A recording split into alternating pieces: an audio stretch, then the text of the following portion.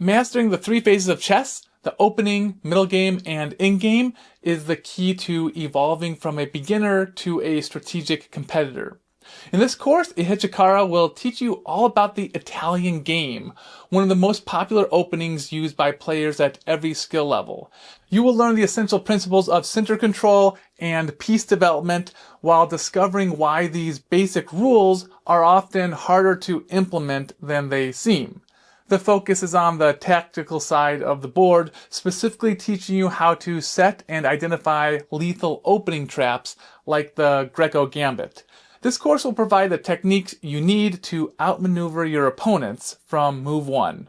A chess game is usually divided into three phases: the opening, middle game, and the end game. In the opening phase, each player develops and sets up their pieces. In the middle game, they plan attacks, execute different strategies, gain an advantage, and weaken their opponents. In the end game, there are usually few pieces left on the board, and each player tries to win using certain techniques and piece coordination. In this video, you will learn about opening traps for the Italian game, which is one of the most played openings in chess.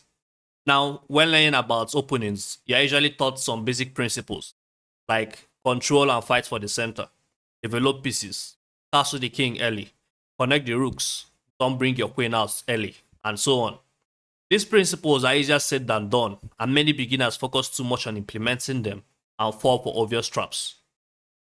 Learning about openings is as important as learning the common mistakes associated with each opening. You can learn a chess opening to improve your strategy, understand how to develop your pieces, and understand how to spot certain mistakes early so that you can avoid them or take advantage of them. This video will focus on those opening mistakes and how to take advantage of them when playing the Italian game as whites. Let's get started. The Italian game is a very popular chess opening used by players across all levels of chess. The opening allows you to quickly develop your pieces and move them to active positions and gain control of the center. The Italian game starts with these lines: e4, e5, knight f3, knight c6, and bishop to c4. This is the starting position of the Italian game. Now we're going to look at some variations of the Italian game where you can set traps for your opponents. Although you play mainly as whites, you can also learn how to avoid these traps when you play as black. So you can still follow along with this video even if you end up playing as black and your opponent plays the Italian game. The first variation we'll look at here is called the Giuoco piano, which starts when black plays bishop to c5. This is a very common variation that you'll see when playing the Italian game. Now we are going to play c3 as white. The idea behind this move is to play the d5 pawn to d4 and force an exchange here and take more control of the center. Now usually black would respond with knight f6, threatening this pawn over here. But we're going to ignore this. We're not going to try to save this pawn. We're going to carry on with our plan and play d4. Now black can do a couple of things here. If you're playing as black in this situation, the worst thing you would play here would be to retreat with your bishop. Let me show you what happens when you do that. Now let's say black plays bishop to b6. We can start by threatening these knights and forcing it to move. Most of your opponents would not like to retreat back to where they brought the knight out from, so they might play a move like this. In this case, you can capture the pawn and force the king to recapture, followed by another check with the knights. Now the king is most likely going to retreat and you can capture this. If you look at this position now, black no longer has the option of castling the king at any point in the game, whereas white can easily castle the king and continue developing minor pieces. So when playing as black and you get to this position, you should not retreat with your bishop. You should always trade.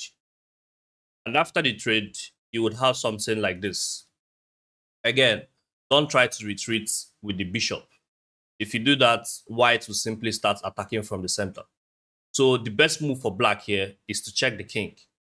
This is where we can start setting our trap. A safer move here is to block the king with the knights or with the bishop. But here we are trying to trick these knights into coming to this position.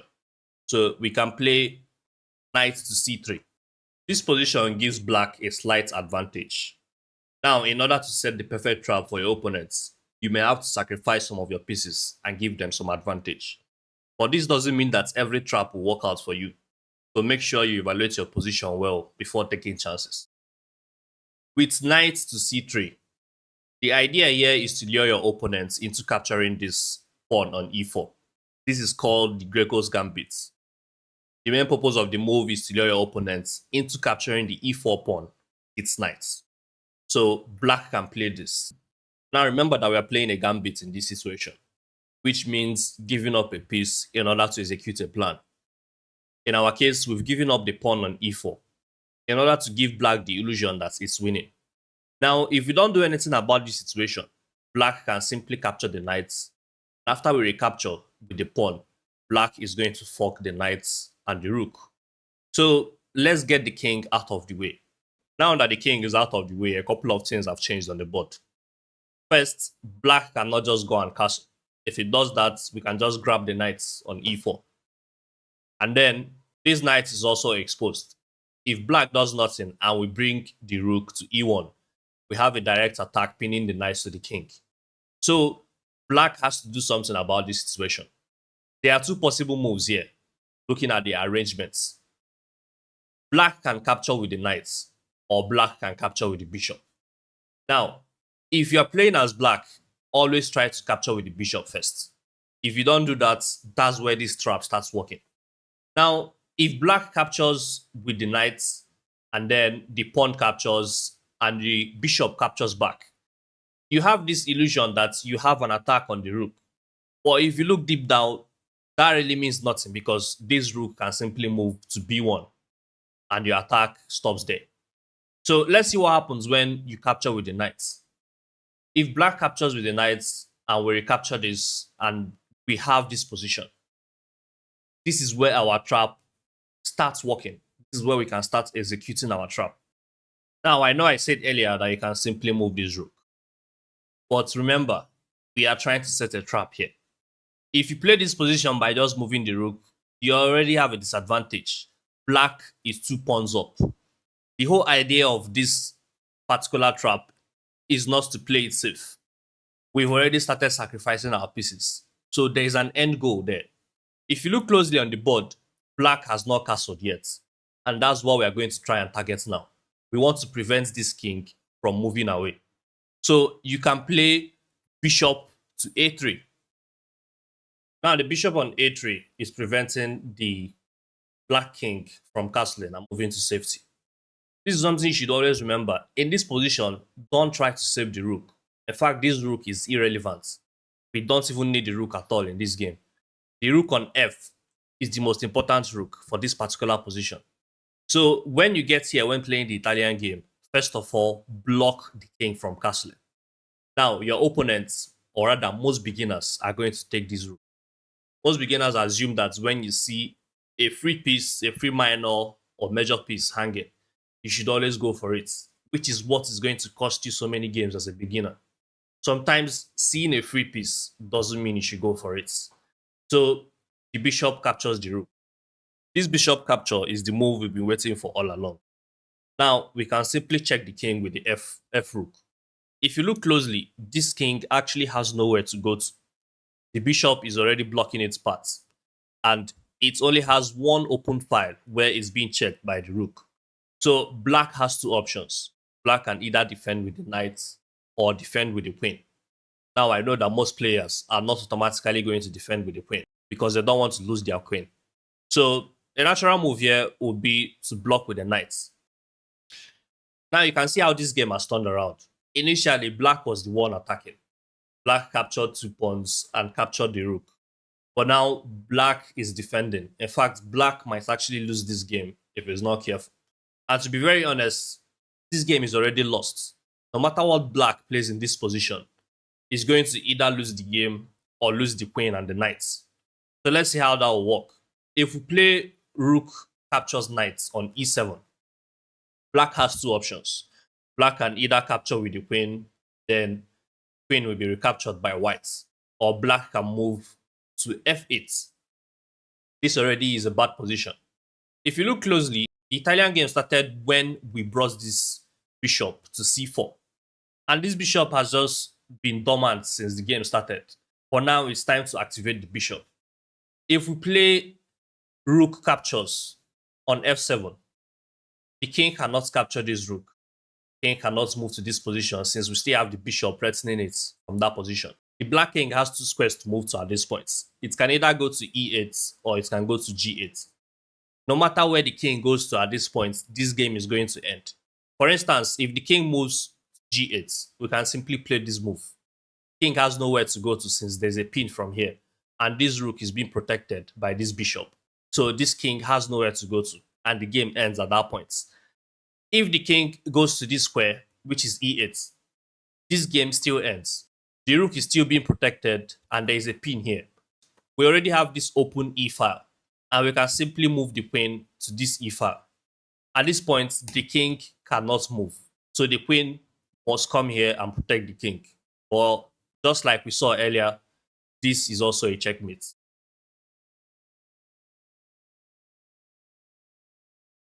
In this second game, we're going to take a different approach. So as usual, we'll start developing our pieces: e4, e5, knight to f3, knight to c6, and bishop to c4. This is the starting position of the Italian game. And then we can continue with bishop to c5, knight to c3, knight to f6, and then we can play d3. This time we're playing it safe. So we play d3 followed by d6 and then bishop g5. One common move here for black is to play h6, and that's really not a bad move.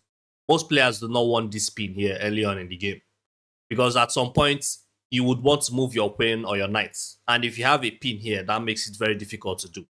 So black plays h6. This is supposed to make the bishop go away, maybe retreat to this square or move back, or even go to this square.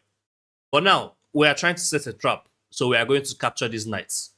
If you capture the knights, you are forcing the queen to recapture it, because if you capture with this pawn, you now have double pawns on the same line. So the queen is going to recapture here. Our next move here is going to be knight to d5, which threatens the queen. And if you look closely at the board, this queen has only one safe square to move to, which is d8. If the queen decides to move to g6 in order to threaten this pawn, we can simply move the knight to c7, and then we fork the king and the rook. If the queen decides to go to e6, same thing happens. We move the knight to c7, fork the rook, the king, and the queen. So the best move for black here is to move the queen all the way back to d8. That way the queen also protects this square. Now we can play c3. Now white is preparing to add more pressure at the center of the board. Many players play bishop to e6. With the tension white has already created here with the knights, black would want to push it away. But this is usually where the trap starts working. So we can start trading pawns in the center. If we move to d4, after the exchange, we have this position. Now there are about two different variations or two different outcomes that can come out of this position. And we're going to look at both of them. First, black retreats. Black avoids this tension in the center. But this is where black starts losing. Because first, we can capture the bishop with the knights. And if you look closely here, black must recapture these knights. If black decides to do something like bishop captures bishop on c4, we can simply return with these knights and recapture on c4. And that way, we are up a minor piece. So black is forced to recapture this. But right after that happens, you can see a fork here. So what does black play in this situation? Well, the reality is that no matter what black plays, one piece must leave the board. If black decides to come here, you can simply capture the bishop. Black goes to a5, threatening this bishop. All we can do is to simply move the bishop back. And then black might assume, fine, I've saved this particular knight. Why don't I just save this bishop? So black might decide to retreat, or black might just come here and pin the knight to the queen. But again, black is going to lose a minor piece. Because if you look at the position of this knight, the knight really has nowhere to go to. If the knight comes to c6, we have a pawn attacking that square. If the knight decides to go to c4, we have a bishop attacking that square. If the knight decides to go to b3, we also have a pawn that can attack that square. Even the queen is attacking the square. Now, as white, you need to make a move. You can simply push the b pawn to b4. Now, there's a direct threat to the knight, and black must do something. But again, no matter what black does in this situation, one minor piece is going to leave the board. Black might decide to capture you here. Because if you look closely, again, black has nowhere to go to. Every single square where this knight can go to, there are pieces threatening it there. There are pieces that can actually capture it. So let's say black plays this. You can just capture with your queen. And here's another tricky part of this game, where some beginners might actually make mistakes. Black might decide to play this. Knight to b3. Now, no matter what you do in this situation, do not capture this knight with your pawn. Because the moment you do that, you've opened up this file. And then the rook is just simply going to capture your rook, move your king, and then capture the second rook. In this situation, what you want to do is to check the king. There's really nothing the king can do in this situation. If your opponent plays this, you can capture. If they do not move the king, you can capture here again and capture the rook. So this is really a losing position for black. No matter what black does, it is going to lose a piece. Or you can even play your pawn here. With this check, you can grab the queen. If the queen defends here, you can still grab the queen. But if your opponent still decides to play this, do not panic. Don't try to protect this queen. Just simply move the pawn, and this is a check. Now, your opponent is forced to capture this. If they capture this, you simply capture the queen back. So, no matter what black plays in this situation, they are going to lose a minor or a major piece. So, let's revert back to this position in the game. Remember, this is where the first variation started.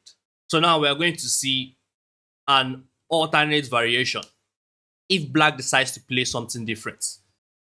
Now, in this case, black is not going to move away with the bishop. Black is going to play something different. So black captures the knight on d5, and we recapture using the pawn. Now, there is a problem again for black. Two of black's pieces are being threatened by the pawns. What does black do in this situation? Well, again, the truth is, no matter what black plays, it is going to lose a piece. Let's start with the obvious move. Black checks the king. Why this looks like a threat, it really accomplishes nothing. We can just move away with the king. So, again, black still has a piece hanging. This piece will be captured by the pawn if black simply does nothing. So, black can decide to go to a different square. For example, black can go to e7. But there is an issue with this move. If you look at where the bishop is standing, there is an open diagonal there where the queen can attack. If this queen moves into this position, this bishop is gone. Because with this check, black can either move or defend the king, and we simply grab this. Alternatively, let's go back to this position where we have the two pawns attacking two of black's minor pieces. If black decides to play this, same thing happens. We can just move the king, and these two pieces are still being threatened. If black captures here, we are also winning that particular minor piece. So no matter how you look at this, black is going to come out losing.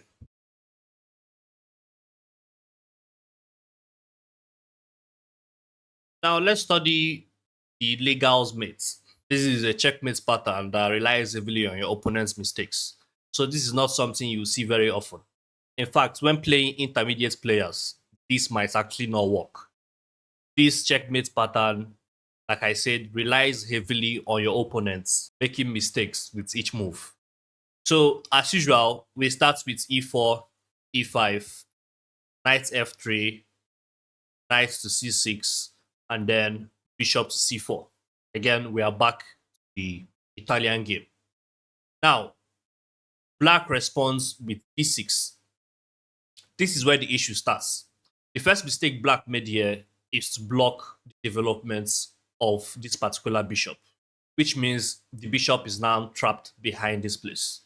Of course, black can develop this one and continue with developing other pieces. But this move already puts black in sort of a disadvantage. Now, white continues developing its pieces by playing knight to c3, and then black comes with the pin, bishop to g4, which pins the knight to the queen. This is something a lot of beginners do. In fact, this is something you see across all levels of chess, trying to pin the knight to the queen. Now, black's intent here is to bring this knight here and double the attack here and probably double the pawns as well. But we can just play this to push the bishop back. In this particular case, black wants to maintain the pin on the knight. So black moves here. It still has this pin on the knight. But this is actually where this game starts to go wrong for black. Now we start with the unconventional knight captures e5. What do you think will happen in this position? As black, what are you going to play? I mean, it's not very obvious what white is trying to do. If you look closely, the white queen has been exposed. This is a free grab for black. But that is what you might assume if you don't really know what is going on here. So, black captures. What do you do next in this situation? If you capture with the bishop, this king has only one square to go to. King moves to e7. Now, can you find the winning move?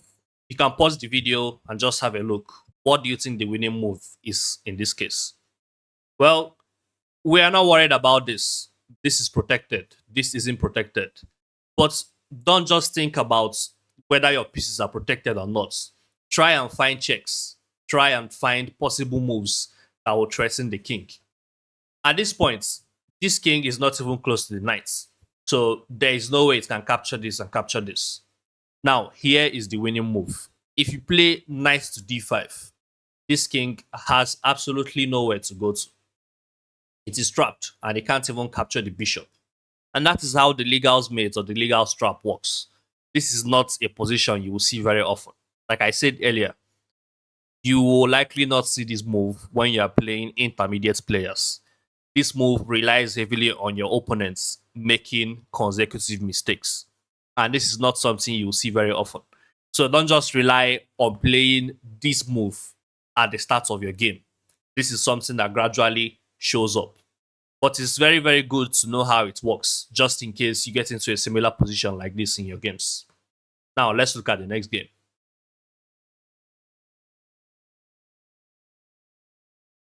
This particular trap is one that many beginners fall for.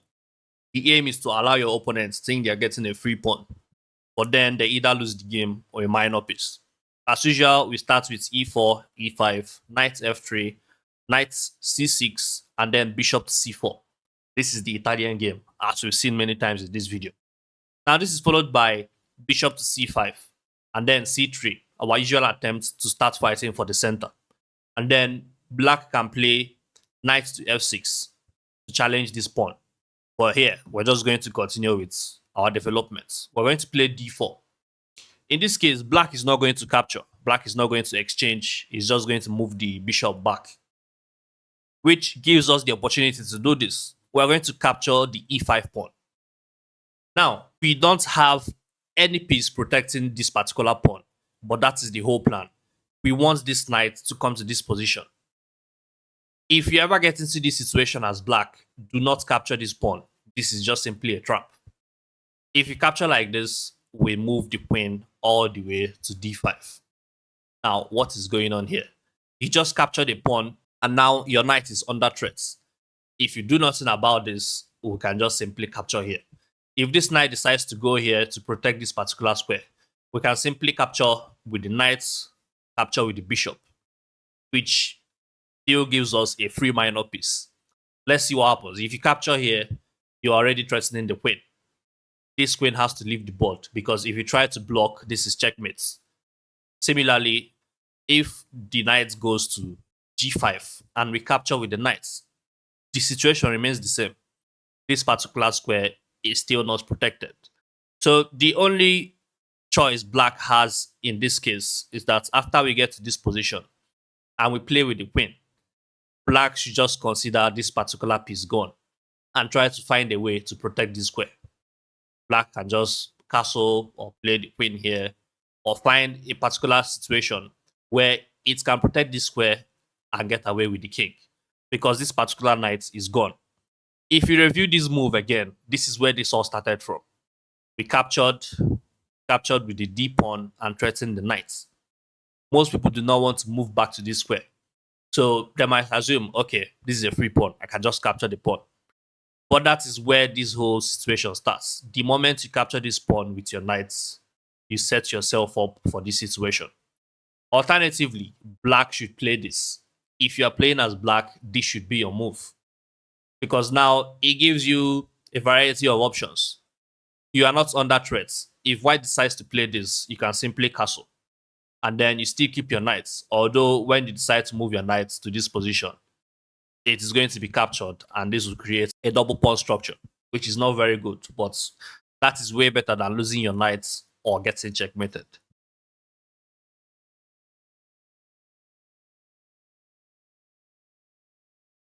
Now let's talk about the fried liver attack, which is one of the most common tricks played by beginners. Many amateur players fall for this trick because it creates a lot of tension at the beginning of the game. Here's what the fried liver attack looks like. We start with our usual e4, e5, knight f3, knight to c6, bishop to c4. Now, the Italian game yet again. But now in this case, your opponent decides to play knight to f6. And then you can play this, knight to g5. This is the fried liver attack, where you have the knight on g5, and then you have this bishop threatening this square. Let's look at this in reverse. From the position of black, you can see the knight is threatening to fork the rook and the queen. And this is a situation where most beginners struggle. And the funny thing is, when you actually see how to defend against this position, you might actually wonder, how was I able to fall for this trick so many times? So this is the fried liver attack. Let's see a common trap you can set for your opponents using this. The most commonly played move here for black is to move this pawn to d5. This is a good move, but even though it's trying to defend, it can lead to some complicated situations. Moving the pawn to d5 blocks the path of this bishop. But here's what we're going to do. You're going to capture with the pawn, forcing your opponents to recapture here. This situation seems like black has finally gotten out of this very tough situation. But there's something else we can do. We are going to sacrifice these knights. Now the knight is forking the rook and the queen, meaning that black must capture these knights. So when black captures the knights, we still have a couple of options. The first one is to play the queen to f3, checking the king. Now, if you look closely at this situation, if this king decides to move to this square, this game is pretty much over. Because after you play this, the king cannot get out of that square, meaning you are forcing it to capture with the queen. And when you capture back, this king is still not getting out of there. So they have to play this and the game ends. But let's go back here. If the king again decides to move to this square, you can either capture with the bishop or you capture with the queen.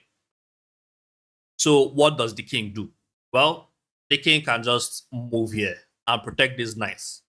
You can see a couple of things happening here. Black is not exactly losing this game.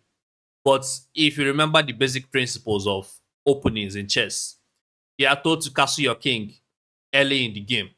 But now we have a king protecting the knights at the center of the board, which is quite terrible for black. If you're not a very good player in this situation, you are going to lose the game. The whole purpose of playing chess is to protect your king and to capture your opponent's king. But here you can see that black has its king all the way close to the center of the board. You can decide to add one more piece to the attack. Again, black has a couple of options to defend this position, black can come here, black can do other things. But you can see now that black is in a complicated situation. Most beginners cannot make it out of this situation. White already has the king in a safe spot. White can castle, white can continue developing pieces, and then black has to figure out a way to make sure that it doesn't lose these knights and doesn't lose the game when the king is at the center of the board.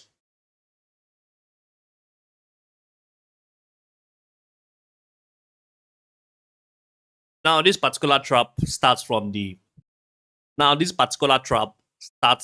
anti-fried liver defense.